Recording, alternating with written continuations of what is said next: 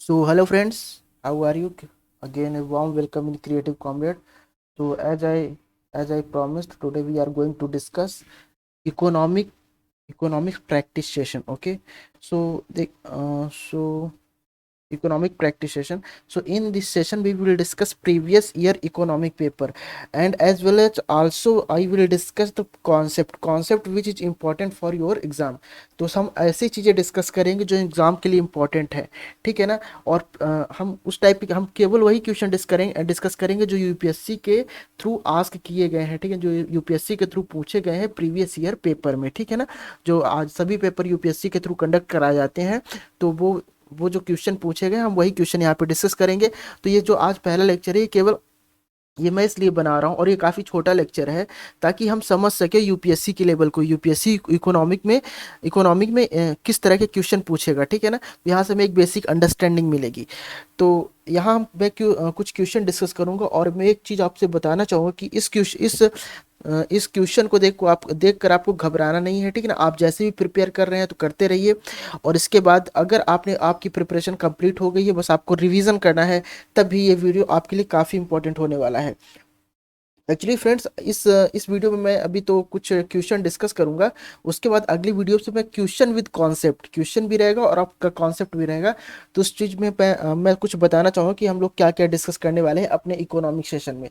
तो पहली चीज़ हम डिस्कस करेंगे अपना मॉनेटरी पॉलिसी, उसके बाद बजट एनालिसिस 20 और 21 का, उसके बाद इकोनॉमिक सर्वे, उसके बाद बहुत सारी चीज़ें छोटी मोटी, और जो करंट स्कीम है, ठीक है ना। तो चलिए अभी हम डिस्कस करते हैं जो अपना प्रीवियस ईयर क्वेश्चन पेपर, उसको डिस्कस करते हैं, ठीक है ना। उसको सॉल्व करने की कोशिश करते हैं। चलिए, तो हमारा पहला जो क्वेश्चन है, जो इंग्लिश मीडियम से तो इंग्लिश चूज कर सकते हैं, और जो हिंदी हिंदी मीडियम से तो हिंदी के साइड देख सकते हैं, ठीक है ना। तो मैं इंग्लिश वाला भी डिस्कस करूंगा, ठीक है ना। आप उसको हिंदी में देख लीजिएगा। विच one of the following statement is not correct, which one of the following statement is not correct, हमें मतलब यहाँ पे इनकरेक्ट स्टेटमेंट को चूज करना है, ठीक है ना। तो देखिए, पहला क्या है, real GDP is calculated by valuing output of different year at common price. Okay, potential GDP is the real GDP that the economy would produce if its resource were fully employed. Nominal GDP is calculated by valuing output of different year at constant price. Real GDP per capita is the ratio of real GDP divided by population.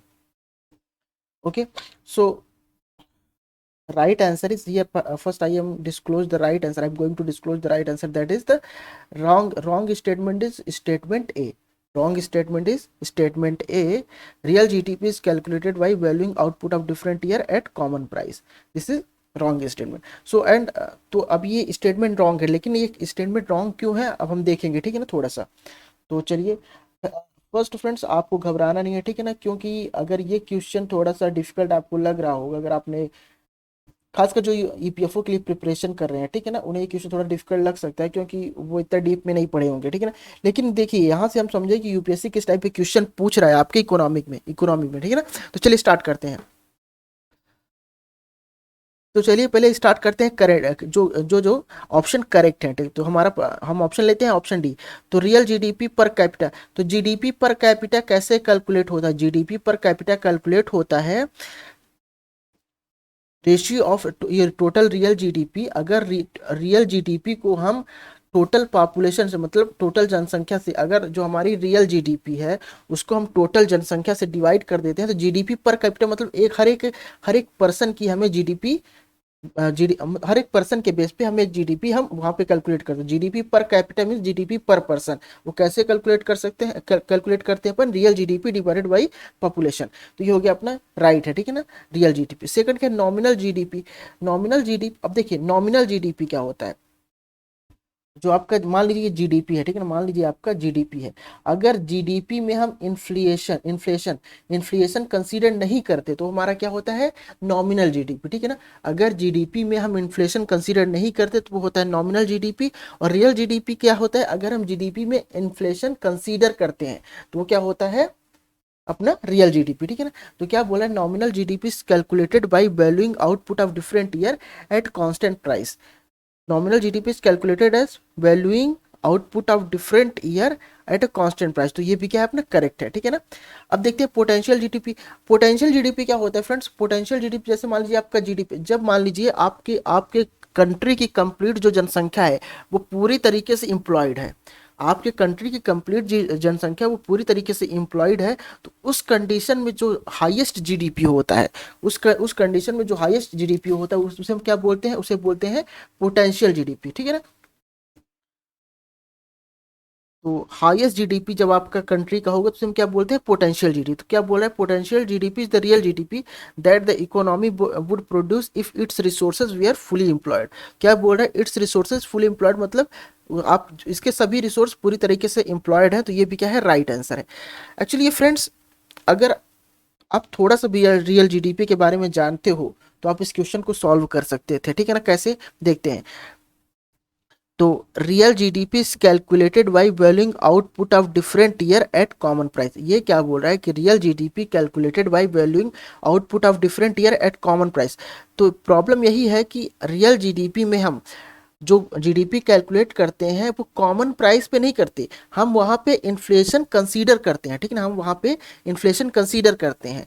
अगर वही हम अगर nominal GDP calculate कर दे तो हम inflation consider नहीं करते, तो वहाँ पे हम कॉमन प्राइस यूज़ करते। तो इसलिए ये स्टेटमेंट रॉन्ग हो जाएगा, क्योंकि रियल जीडीपी हम हमेशा इन्फ्लेशन कंसीडर करके ही कैलकुलेट करते हैं, ठीक है ना। इसलिए इसका राइट आंसर हो जाएगा ऑप्शन ए, ठीक है। ये स्टेटमेंट नॉट करेक्ट है।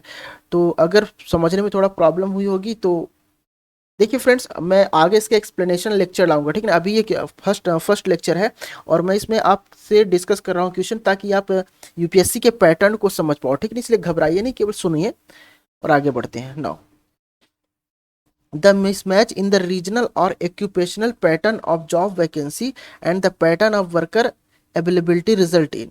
देखिए, मान लीजिए अगर आपको इंग्लिश में प्रॉब्लम होगी तो आप हिंदी वाला सेक्शन में पढ़ सकते हैं। जैसे नौकरी संबंधी रिक्तियों के क्षेत्रीय अथवा व्यावसायिक पैटर्न और कामगारों की उपलब्धता के पैटर्न में मेल न होने पर निम्नलिखित में से क्या परिणाम होता है? ये तो थोड़ा और डिफिकल्ट हो गया है, ठीक है। इसको देखते हैं। The mismatch is the regional और एक्यूपेशनल पैटर्न। देखिए बोल रहा है रीजनल एंड एक्यूपेशनल पैटर्न। जैसे मान लीजिए एक एक रीजन, मतलब एक रीजन हो गया, ठीक है ना। और आपका ये आपका ये व्यवसाय है, मान लीजिए ये आपका व्यवसाय है और ये आपका रीजन है। तो क्या बोल रहा है? इसके बीच मिसमैच है। Pattern of job vacancy and the pattern of worker availability, ठीक है ना। अब देखिए जॉब वैकेंसी में और आपके जॉब वैकेंसी में और इधर वर्कर अवेलेबिलिटी में मिसमैच है। वर्कर अवेलेबिलिटी में मिसमैच है। तो उस तरह के अनएम्प्लॉयमेंट को हम क्या कहते हैं, ठीक है ना। उस तरह के अनएम्प्लॉयमेंट को हम क्या कहते हैं? देखिए दोस्तों, अगर आपके पास टाइम हो तो आप थोड़ा सा देखिए, क्योंकि ये अनएम्प्लॉयमेंट वाला टॉपिक काफी इंपॉर्टेंट है। किस तरह, मतलब कितने टाइप के अनएम्प्लॉयमेंट होते हैं, ज्यादा आपको डीप में नहीं जाना, केवल डेफिनेशन पढ़ना है, ठीक है ना। डीप में बिल्कुल नहीं जाना, टाइम वेस्ट नहीं करना, केवल डेफिनेशन पढ़ना है। तो अगर आप कर सकते हैं तो जरूर करिएगा। और यहाँ पे मैं एक्सप्लेन कर रहा हूँ, ठीक है ना। तो देखिए, ये आपका जॉब वैकेंसी और ये आपकी वर्कर अवेलेबिलिटी में मिसमैच है, मतलब जो वर्कर अवेलेबल हैं और जितनी जॉब अवेलेबल उसमें मिसमैच है। अब मिसमैच कैसे हो सकता है? जैसे मान लीजिए वैकेंसी ज़्यादा है और वर्कर कम है, ठीक है ना। या ऐसा हो सकता है कि जो हमेशा होता है कि वर्कर ज़्यादा है और वैकेंसी कम है, ठीक है ना। वर्कर ज़्यादा है, वैकेंसी कम है, ठीक है ना। लेकिन अब देखिए, अब ये हो गया पहले टाइप का मिसमैच। अब दूसरे टाइप का मिसमैच कैसे हो सकता है कि हम ऐसा मान लेते हैं कि जो वर्कर अवेलेबल हैं उनके पास वो उस स्टैंडर्ड की क्वालिफिकेशन नहीं है, उस स्टैंडर्ड का स्किल नहीं है जो इस कंपनी को चाहिए, जो इस कंपनी को चाहिए। तब भी उस कंडीशन में भी ये कंपनी क्या ये कंपनी क्या कर रही है?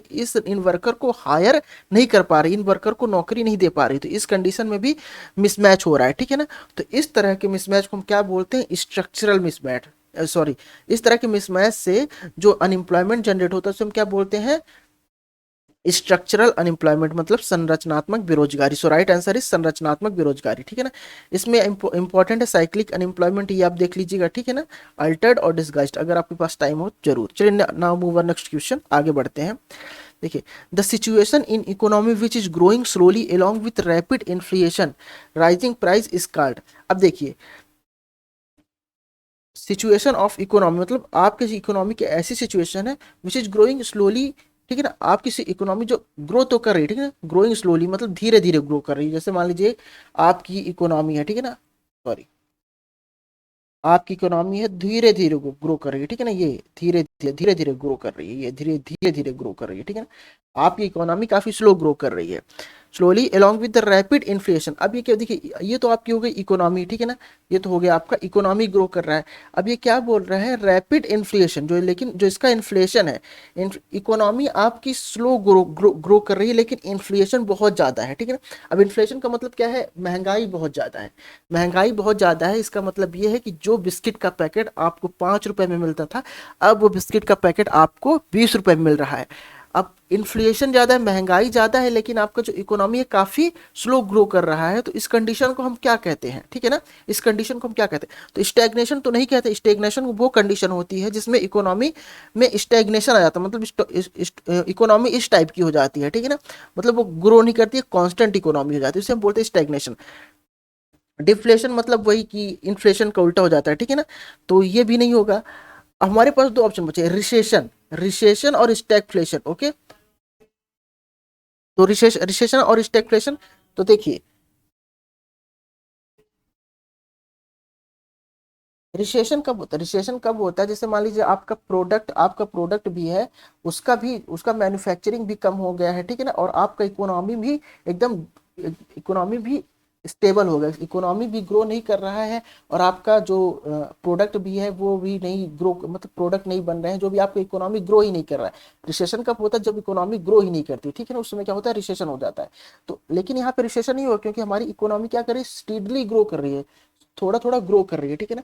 तो इस कंडीशन में हमारे पास राइट आंसर क्या बचता है, स्टैगफ्लेशन, ठीक है ना। तो इसका राइट आंसर क्या हो जाएगा, स्टैगफ्लेशन, जिसे हम बोलते हैं स्फीति संबंध गतिरोध, है ना, स्फीति संबंध गतिरोध। क्योंकि देखिए अगर आप हिंदी वाला सेक्शन पढ़ते हो तो स्फीति मतलब आपका क्या हो गया, इन्फ्लेशन, और इन्फ्लेशन क्या कर रहा है, इन्फ्लेशन आपकी इकोनॉमी थोड़ा थोड़ा बढ़ रही है, लेकिन इन्फ्लेशन बहुत ज्यादा बढ़ रहा है, तो आपका जो स्फीति है वो गतिरोध उत्पन्न कर रहा है आपके इकोनॉमी में। तो देखिए कभी कभी ऐसा होता है कि जैसे जो चीज़ें हमें इंग्लिश में नहीं समझ में आती, तो वो हम उसका आप हिंदी वाला वर्जन पढ़ लीजिएगा, इससे आपको क्वेश्चन सॉल्व करने में काफ़ी हेल्प मिलेगी। चलिए आगे बढ़ते हैं। तो हमने 3 क्वेश्चन डिस्कस किए हैं फ्रेंड्स, ये क्वेश्चन थोड़ा डिफिकल्ट है, ठीक है ना, और थोड़ा डीप लेवल के है, तो इसलिए आपको डिमोटिवेट नहीं होना कि भाई मैंने तो अभी तक ये पढ़ा ही नहीं और ये किस टाइप के क्वेश्चन है, ऐसा नहीं है, ठीक है ना। ये यूपीएससी का पैटर्न, यूपीएससी ने मान लीजिए इस ईयर में थोड़ा डिफिकल्ट पूछ लिया, अगले ईयर में उसने मान लीजिए थोड़ा इजी क्वेश्चन पूछ सकते हैं, तो ऐसे कंडीशन में डिमोटिवेट नहीं होना है, ठीक है ना। चलिए आगे बढ़ते हैं, फालतू की बातें नहीं करते हैं, फालतू की बातें बहुत ज़्यादा हो रही है, ठीक है, केवल क्वेश्चन सॉल्व करेंगे अब। चलिए, सरकारी व्यय में वृद्धि से प्रेरित निजी व्यय निवेश में व्यय वृद्धि को क्या कहते हैं, देखते हैं, इंग्लिश वाला सेक्शन पढ़ते हैं। The increase in private investment spending induced by the increase in government spending is known as. देखिए जैसे मान लीजिए क्या कर रहे हैं आप, इंक्रीज इन प्राइवेट इन्वेस्टमेंट, जैसे आप प्राइवेट इन्वेस्टमेंट को इंक्रीज कर रहे हैं, मतलब प्राइवेट इन्वेस्टमेंट मतलब जैसे मान लीजिए एक गवर्नमेंट कंपनी है, ठीक है ना, मान लीजिए एक कंपनी है, ठीक है ना, इसमें आप प्राइवेट इन्वेस्टमेंट मतलब इसमें गवर्नमेंट का नहीं, जो प्राइवेट लोग हैं, मतलब जो लोग हैं, इंडिविजुअल जो लोग हैं, जो बिजनेसमैन हैं, आप उनको इन्वेस्ट करने के लिए आमंत्रित कर रहे हो, ठीक है ना, आप उनको इन्वेस्ट करने के लिए इनवाइट कर रहे हो, ठीक है ना।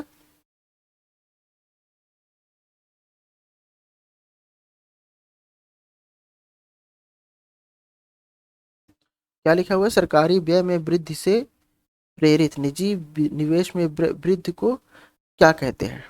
The increase in private investment spending induced by increase in government spending is also known as। देखिए अब देखिए यहाँ पे एक्चुअली क्या है, इसका मैं आपको कॉन्सेप्ट बताता हूँ कैसे होता है। देखिए जैसे मान लीजिए आपकी गवर्नमेंट है, ठीक है ना, गवर्नमेंट है, अब गवर्नमेंट क्या कर रही है, इन्वेस्टमेंट अपना बढ़ा रही है, ठीक है ना, गवर्नमेंट भी ज़्यादा इन्वेस्ट कर रही है, ठीक है ना, गवर्नमेंट इन्वेस्ट कर रही है,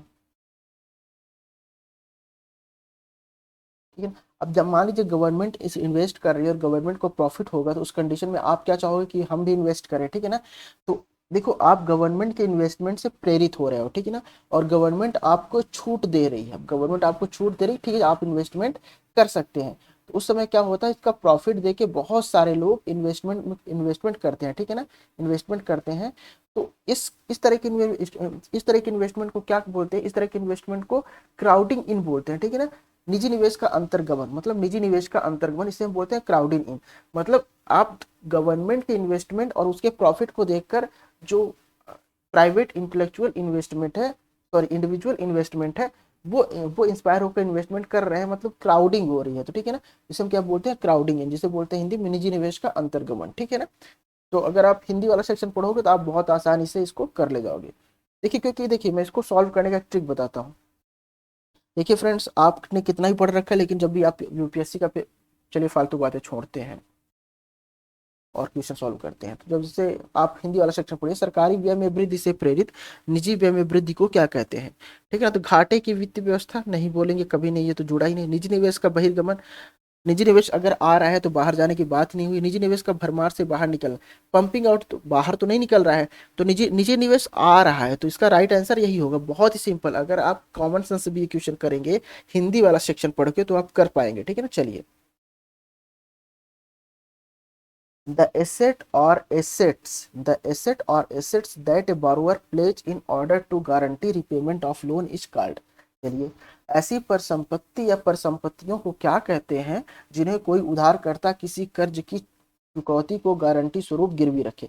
इसका मतलब ये है कि आप बैंक में जाते हैं लोन लेने के लिए, ठीक है ना, और बैंक वाला आपसे बोलता है कि आपको कुछ गिरवी रखना पड़ेगा। तो आपने जो प्रॉपर्टी गिरवी रखी उसे आप क्या बोलोगे, उसे हम बोलते हैं कोलैटरल, ठीक है ना, उसे हम बोलते हैं समर्थक ऋणाधार, कोलैटरल। तो right answer is collateral. Now move on next question. The percentage by which the money the borrower pays back exceed the money that was borrowed is called। चलिए इसको समझते हैं। उस प्रतिशतता को क्या कहते हैं जिसके द्वारा उधारकर्ता द्वारा ली गई राशि से अधिक राशि चुकाता है, ठीक है ना। अब देखिए, जैसे मान लीजिए आपने बैंक से उधार लिया 100 रुपए। अब बैंक बोलता है कि हम इसमें 7% इंटरेस्ट लगाएंगे और आपको अगले साल 107 रुपए चुकाने होंगे, ठीक है। अब आपने 107 रुपए चुकाए, ठीक है। अब इस 107 रुपए में क्या आपने महंगाई को कंसीडर किया? नहीं किया। आपसे कोई मतलब नहीं, महंगाई बढ़ रही है, महंगाई घट रही है, आपको 107 रुपए चुकाना है। तो देखिए, जहां पे हम इन्फ्लेशन नहीं करते, महंगाई कंसीडर नहीं करते, वहां पे क्या आता है? नॉमिनल आता है, जिसका आंसर क्या होगा? नॉमिनल इंटरेस्ट रेट, सांकेतिक ब्याज दर, ठीक है ना। This is right answer. Now move on next question. अभी बचा हुआ है, ओके।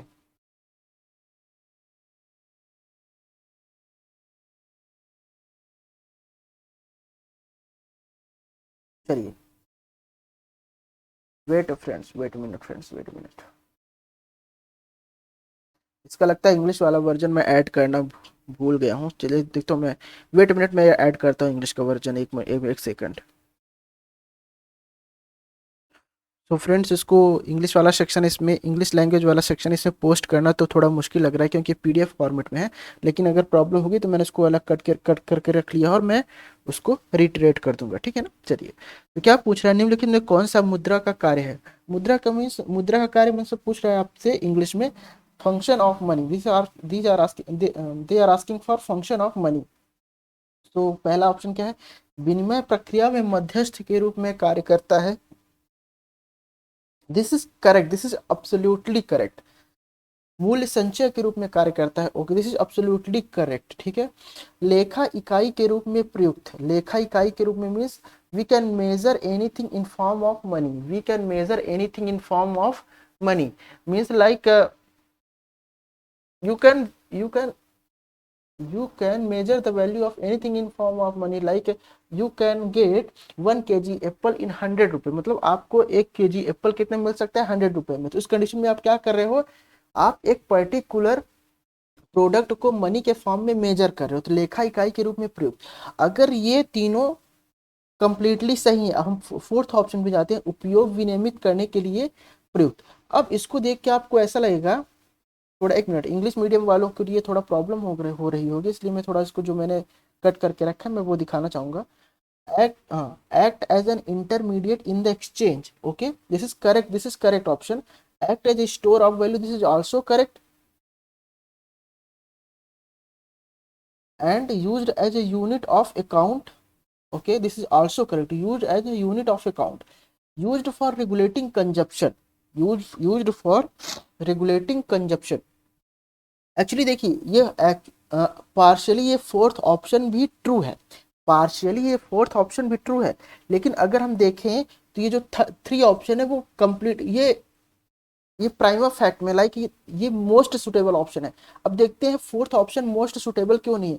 ये क्या बोल रहा है, ये क्या बोल रहा है, यूज्ड फॉर रेगुलेटिंग कंजप्शन। अच्छा ये बताइए, अगर आपको कंजप्शन को रेगुलेट करना है तो आप क्या केवल मनी से कंजप्शन रेगुलेट कर पाएंगे? जैसे मान लीजिए, अगर अगर जैसे मान लीजिए प्याज मार्केट में बहुत कम अवेलेबल है, ठीक है ना, तो आप क्या करते हो, आप उसका प्राइस बढ़ा दोगे, आप प्राइस बढ़ा के उससे कंजप्शन को रेगुलेट करने की कोशिश करोगे। लेकिन अच्छा ये बताइए, क्या प्राइस बढ़ाने भर से उसका कंजप्शन कंजप्शन क्या पूरी तरह से रेगुलेट होगा? या उसका प्राइस बढ़ाने से आप कंजप्शन पूरी तरह से रेगुलेट नहीं कर सकते। आप पूरी तरह से कंजप्शन आप पार्शियली रेगुलेट कर सकते हो, लेकिन अगर जो लोग जिनके घर में खाना बना तो प्याज तो वो यूज ही करेंगे, मतलब आप पूरी तरह से उसका कंजप्शन रेगुलेट नहीं कर सकते। इसका इसलिए फोर्थ ऑप्शन इसका आंसर हो जाएगा। तो here this is the beauty of UPSC paper, this is beauty of UPSC paper, because all option you think like that और ऑप्शन ऑफ करेक्ट, आपको ऐसा लगेगा कि सभी ऑप्शन करेक्ट है, लेकिन यहाँ पे आपको मोस्ट सुटेबल चूज करना पड़ेगा। और मोस्ट सुटेबल क्या है, ये तीन आपके मोस्ट सुटेबल हो जाएंगे, और इसका जो इनकरेक्ट आंसर हो जाएगा वो क्या हो जाएगा, option D. Right answer is option D. Now move on next question. वास्तविक सकल घरेलू उत्पाद का संतुलन स्तर संभाव्य सकल घरेलू उत्पाद से कम हो तो उस स्थिति को क्या कहते हैं? वास्तविक सकल घरेलू उत्पाद मतलब ये रियल जीडीपी को बोल रहा है, ठीक है ना। रियल जीडीपी का संतुलन स्तर अब ये संभाव्य क्या है, देखते हैं इंग्लिश वाला सेक्शन देखते हैं हम लोग। ये क्या बोल, the situation where the equilibrium level of real GDP, आपका जो real GDP fall short of potential GDP. आप ये बताइए, देखिए जो आपका रियल जीडीपी में हम लोग क्या करते हैं, रियल जीडीपी में हम लोग क्या कंसीडर करते हैं, बताइए। रियल जीडीपी में हम लोग इन्फ्लेशन भी कंसीडर करते हैं, ठीक है। वेट मिनट, तो ये मान लीजिए हो गया आपका रियल जीडीपी, ठीक है ना। तो रियल जीडीपी में हम लोग इन्फ्लेशन कंसीडर करते हैं, और ये क्या बोल रहा है कि रियल जीडीपी और real GDP fall short of potential GDP. अब एक मिनट मैं आपको ऐसे शो करता हूँ। देखिए जैसे आपका रियल जीडीपी क्या है, आपका रियल जीडीपी मीन्स मार्केट की रियल वैल्यू, आपकी जो टोटल जीडीपी है और महंगाई के साथ अगर उसको कैलकुलेट करते हैं तो रियल जीडीपी हो गया, ठीक है ना। अगर आपकी रियल जीडीपी किससे कम हो गई है, किससे कम हो गई है, आपके पोटेंशियल जीडीपी से। देखिए पोटेंशियल जीडीपी एक्चुअली एक जो आपकी एक मिनट ऐसे देखते हैं, ये आपका रियल जीडीपी हो गया, ये आपका पोटेंशियल जीडीपी हो गया।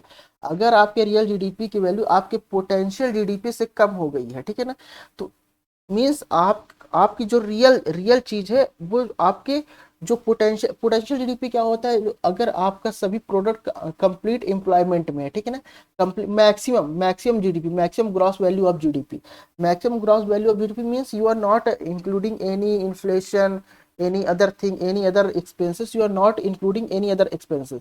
तो पोटेंशियल जीडीपी में आप कोई और एक्सपेंस ऐड नहीं करो, तो अगर आपकी रियल जीडीपी पोटेंशियल जीडीपी से कम हो जाएगी तो उस कंडीशन में क्या हो जाएगा, उस कंडीशन में रिसेशन होता है। दोस्तों ये ध्यान रखिएगा, अगर आपकी रियल जीडीपी पोटेंशियल जीडीपी से कम हो जाती है तो उस कंडीशन में क्या बोलते हैं, रिसेशन गैप, ठीक है ना। तो याद रखिएगा, जब आपकी रियल जीडीपी आपके पोटेंशियल, एक्चुअली पोटेंशियल जीडीपी एक क्या इमेजिनरी जीडीपी है, इमेजिनरी जीडीपी, बिकॉज हम पोटेंशियल जीडीपी को कभी अचीव नहीं कर पाते, बिकॉज हम पोटेंशियल जीडीपी को कभी अचीव नहीं कर पाते, इसलिए उस कंडीशन में क्या होता है, आपका पोटेंशियल जीडीपी जो होता है वो इमेजिनरी जीडीपी होता है। ऐसा इमेजिनरी जीडीपी हम ऐसा मानते हैं, ठीक है ना। तो अगर आपकी इमेजिनरी जीडीपी की वैल्यू आपके रियल जीडीपी से ज्यादा हो जाएगी तो उस कंडीशन में क्या हो जाएगा, रिसेशन हो जाएगा। रिसेशन क्या बोलते हैं, मुद्रास्फीति अंतराल, मतलब रिसेशनरी गैप। तो राइट आंसर क्या हो जाएगा, बी। चलिए, सरकार की कुल प्राप्तियों से अधिक अतिरिक्त कुल व्यय जिसमें ऋण शामिल नहीं है क्या कहलाता है? इंग्लिश वाला सेक्शन देखते हैं। The excess of total expenditure of government over its total receipt exclude the borrowing is known। अब देखिए ये बहुत इंपॉर्टेंट कॉन्सेप्ट है फ्रेंड्स, मैं इसको थोड़ा एक्सप्लेन करना चाहूंगा, आप लोगों के साथ डिस्कस करना चाहूंगा। देखिए कैसे होता है,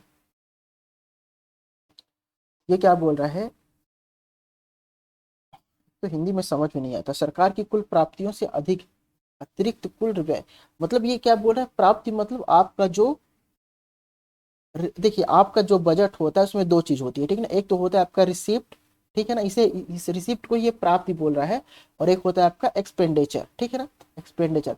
अब क्वेश्चन ये बोल रहा है कि अगर आपका रिसिप्ट,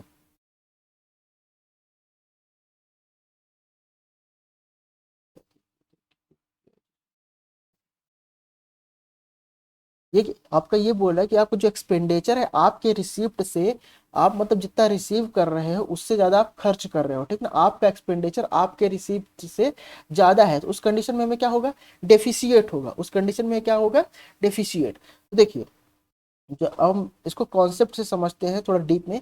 बजट में देखो, आपका जो बजट होता है, बजट कैसे डिसाइड होता है, उसमें दो चीजें हम कंसीडर करते हैं। एक तो हो गया आपका रिसिप्ट, एक हो गया आपका एक्सपेंडिचर। तो रिसिप्ट देखिए, आप अब आपका जो एक्सपेंडिचर है वो तीन टाइप का होता है, ठीक है, तीन टाइप का एक्सपेंडिचर होता है। पहला क्या होता है आपका रेवेन्यू एक्सपेंडिचर, दूसरा क्या होता है आपका कैपिटल एक्सपेंडिचर, और तीसरा क्या होता है आपका planned and non planned expenditure. अब देखिए, planned and non planned expenditure अब सिग्निफिकेंट नहीं है, क्योंकि अब इसको हम यूज नहीं करते, ठीक है ना। हम क्या यूज करते हैं, revenue expenditure and capital expenditure. तो रेवेन्यू एक्सपेंडिचर में क्या चीज है, जैसे आपका जो आपका रेवेन्यू एक्सपेंडिचर मतलब जिनसे कोई एसेट क्रिएट नहीं होता, ठीक है ना, एसेट क्रिएट नहीं होता मतलब जिससे हम कोई चीज खरीदते नहीं, बस है ना, हमें अपने गवर्नमेंट को चलाने के लिए, अपने देश को चलाने के लिए जो पैसा हम खर्च करते हैं उसे हम क्या बोलते हैं, रेवेन्यू एक्सपेंडिचर।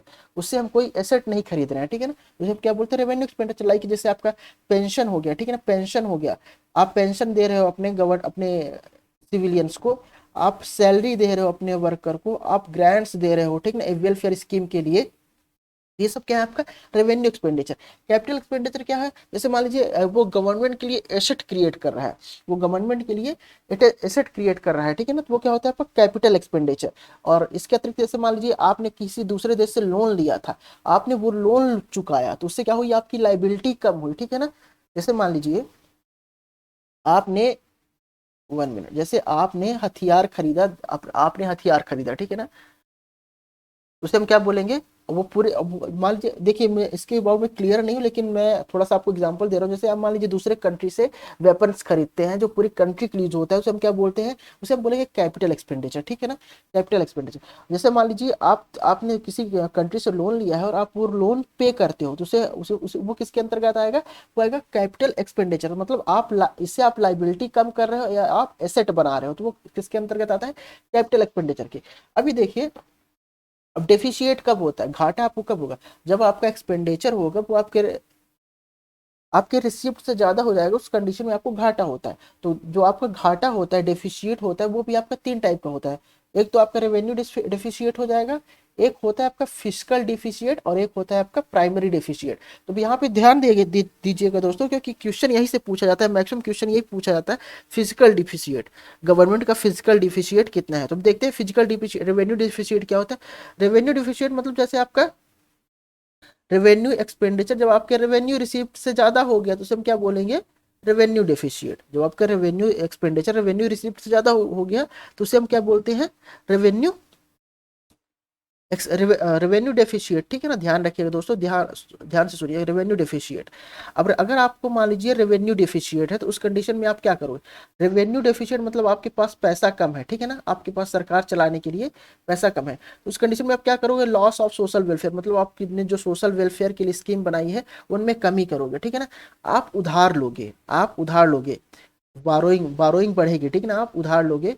तो रेवेन्यू डेफिशिएट होने से सोशल वेलफेयर स्कीम है जो कम होती है, उधार बढ़ता है, ठीक है ना।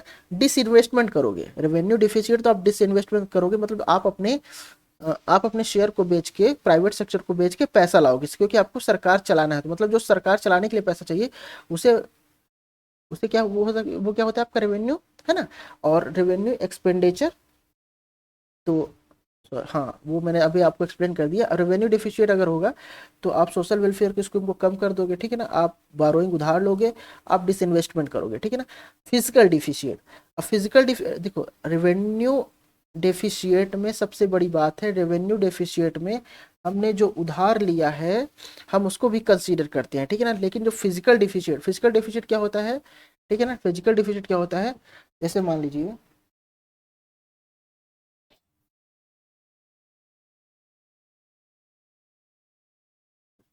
Budget expenditure, budget physical deficit कहते हैं budget expenditure minus budget receive. अगर आपके बजट का खर्च बजट के प्राप्ति से ज्यादा हो गया तो उस कंडीशन में क्या हो गया, फिजिकल डेफिसिट हो गया।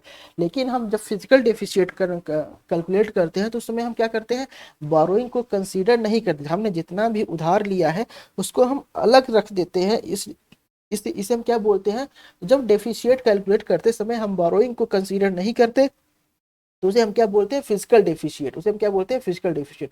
सो राइट आंसर इसका क्या हो जाएगा, सरकार की इसका राइट आंसर क्या हो जाएगा, इधर देखते हैं। The excess of total expenditure of government over its total received excluding borrowing, exclude करने के लिए बोल रहा है, is known as fiscal deficit. So right answer is B. Okay, तो राइट आंसर इज बी। आपको समझ में आ गया, ठीक है। अब प्राइमरी डिफिशिएट, एक चीज मैंने और बताया था, आपका रेवेन्यू डेफिशिएट हो गया, आपका फिजिकल डेफिशिएट हो गया और आपका प्राइमरी डेफिशिएट। तो प्राइमरी डेफिशिएट क्या होता है, जब आपका फिजिकल डेफिशिएट, जो आपका फिजिकल डेफिशिएट में अगर हम इंटरेस्ट, जो आप ब्याज, जो आपने लोन लिया उसके लिए आप जो ब्याज पे करते हो उसे माइनस करते हैं तो वो क्या होता है, primary deficit. Means physical deficit minus interest. Okay, this is called primary deficit. तो अच्छा ये बताइए, जब आपको फिजिकल डेफिशिएट होगा तो उस कंडीशन में क्या क्या प्रॉब्लम हो सकती है। तो क्या होगा, इन्फ्लेमेशरी, मतलब इन्फ्लेमेशरी क्या बोलते हैं, इन्फ्लेशन स्पाइरल होगा, मतलब इन्फ्लेशन बढ़ जाएगा, ठीक है ना, महंगाई बढ़ जाएगी। नेक्स्ट आपके जो कंट्री की ग्रोथ ग्रोथ है वो भी इफेक्टेड होगी, ठीक है ना। और यही सब चीजें होती है तो अगर राजकोषीय घाटा, तो हमें इसका राइट आंसर हमें मिल गया, वो क्या होगा, बी। और मैंने कुछ कॉन्सेप्ट एक्सप्लेन करने की कोशिश की है, ठीक है ना। चलिए आगे बढ़ते हैं। विनिमय दर एक मुद्रा के मूल्य को अन्य मुद्राओं के सापेक्ष दर्शाती है। मुद्रा की विनिमय दर के संबंध में निम्नलिखित कथनों में से कौन सा सही है। अब देखते हैं ये क्या पूछ रहा है, ठीक है। Exchange exchange rate of state the value of one currency in term of other currency, which one of the following statement with respect to the exchange rate of currency is correct। अब ये बोल रहा है कि जब आप exchange करते हो, ठीक है ना, जब आप एक्सचेंज करते हो मतलब exchange rate of the value of on currency to other currency, which one of the following statement with respect to the exchange rate of currency is correct. अब एक्सचेंज रेट से जुड़ा हुआ कौन सा इसमें चीज करेक्ट है, मतलब कौन सा कथन सत्य है। तो अस्थायी विनिमय दर ऐसी दरें होती है जिसमें सरकार अपनी मुद्रा को खरीद कर या बेच कर हस्तक्षेप करती है। नियत विनिमय दर ऐसी दरें होती हैं जिन्हें सरकारी निर्णयों द्वारा नियत किया जाता है और जो सरकारी कार्रवाई द्वारा कायम रखी जाती हैं। वेटन ब्रेटन वुड्स प्रणाली के अंतर्गत विनिमय दर सोने की कीमतों से उतार चढ़ाव के अनुसार जारी की जाती हैं। क्लासिक स्वर्ण मानक के अंतर्गत विनिमय दरें डॉलर की कीमत के अनुसार नियत की जाती है। चलिए देखते हैं इसको, इंग्लिश वाला सेक्शन एक बार देख लेते हैं। एक्चुअली ये क्वेश्चन हाई लेवल का मुझे लग रहा है। देखिए, floating exchange rate are rate in which the government interfere by buying और सेलिंग देयर करेंसी। अब देखिए, जो हम विनिमय करते हैं इसको मैं थोड़ा एक्सप्लेन करना चाहूँगा दोस्तों डीप तरीके से। देखिए, no no no no no, क्या बोलता है एक्चुअली, फ्लोटिंग एक्सचेंज रेट की बात कर रहा है। तो फ्लोटिंग एक्सचेंज रेट को हम कैसे कंट्रोल करते हैं। अब जैसे एक्चुअली क्या होता है, जैसे मान लीजिए अभी समय आपके डॉलर की कीमत क्या है, इस समय आपके डॉलर की कीमत क्या है, डॉलर के सॉरी डॉलर के रिस्पेक्ट में अपने करेंसी की कीमत क्या है, कि मान लीजिए 75 के आसपास एक डॉलर है। अगर मान लीजिए आपका जो मनी की वैल्यू काफी ज्यादा कम हो रही है, आपके मनी की वैल्यू काफी ज्यादा कम हो रही है, तो जो हमारे गवर्नमेंट और आरबीआई के पास जो जो गवर्नमेंट और आरबीआई के पास, गवर्नमेंट और आरबीआई कुछ कुछ आपके डॉलर और कुछ क्या रखती है आपके पास, एसेट, ठीक है ना। तो उसे उसे सेल करके एक्सचेंज रेट को कंट्रोल करने की कोशिश करती है। इसे हम क्या बोलते हैं, फ्लोटिंग एक्सचेंज रेट, ठीक है ना। इसे हम क्या करते हैं, फ्लोटिंग एक्सचेंज रेट। लेकिन अब यहाँ पे ध्यान ये रखना है कि केवल गवर्नमेंट नहीं करती, इसमें गवर्नमेंट और आरबीआई दोनों मिलकर करती है, ठीक है ना।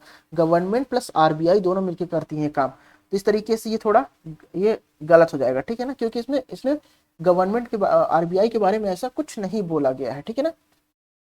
चलिए आगे बोलते हैं, आगे देखते हैं।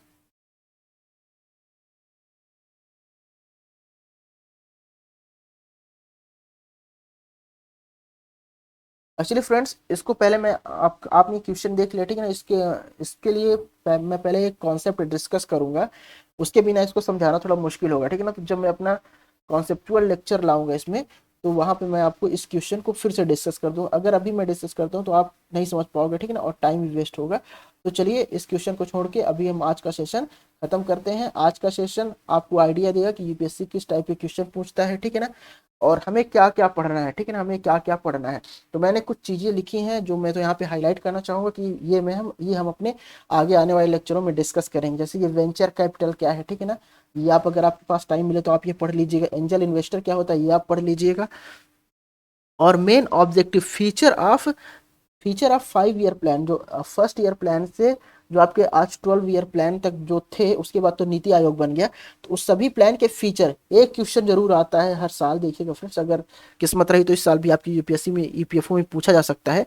तो फीचर ऑफ सभी मतलब 5 ईयर प्लान के फीचर आप अपने माइंड में रखिएगा। इसके अलावा बैंक साथी क्या है, ठीक है ना, ये सब चीज़ें हम देखेंगे अपने आने वाले लेक्चर में, ठीक है ना। इसके अलावा स्टैचुअरी रिजर्व, हाँ, मॉनेटरी पॉलिसी देखें जिसमें हम सीआरआर और एसएलआर ये सब डिस्कस करेंगे, ठीक है ना। इसके बाद रेपो रेट, ये सब चीज़ें, जो वर्ल्ड इकोनॉमिक आउटलुक है, ठीक है ना, ये सब चीज़ें हम लोग पढ़ेंगे। Planned and non planned expenditure ये क्या है, ये सब जो हम लोग अच्छे से डिस्कस करेंगे। उसके बाद प्रधानमंत्री जनधन योजना हम स्कीम डिस्कस करेंगे, ठीक है ना। यहाँ मैंने कुछ पॉइंट लिख रखे हैं जिससे मुझे आइडिया है कि हमें क्या क्या पढ़ना है, ठीक है ना। हम स्कीम डिस्कस करेंगे, ठीक है ना, इकोनॉमिक से रिलेटेड। फाइनेंशियल कमीशन का रिकमेंडेशन हम देखें, सॉरी, फाइनेंस कमीशन का रिकमेंडेशन देखेंगे, जो करंट रिकमेंडेशन क्या है। टैक्स एंड जीडीपी का हम प्रपोर्शन देखेंगे, ठीक है ना, वो क्या होता है। आईआईपी इंडेक्स देखेंगे, आईआईपी इंडेक्स में इसमें कौन सी इंडस्ट्री का ज़्यादा वेट है ना। इसके अलावा ग्लोबल इकोनॉमिक प्रॉस्पेक्ट रिपोर्ट है ना, मार्केट इन एग्रीकल्चर, आपका मार्केट एग्रीकल्चर से कैसे रिलेटेड है, क्योंकि अभी हमारा किसान आंदोलन है वो काफ़ी न्यूज़ में रहा, तो ये अगेन इंपॉर्टेंट पॉइंट बन जाता है। सीपीआई देखेंगे, ठीक है ना, सीपीआई और डब्ल्यूपीआई देखेंगे, ठीक है ना। ऐसी बहुत सारी चीज़ें हम जो डिस्कस करेंगे। Public debt inflation, reduce budget deficit, ठीक है ना। तो ऐसी बहुत सारी चीज़ें जो हम अपने आने वाले लेक्चर में डिस्कस करेंगे। So friends, stay tune on and thanks.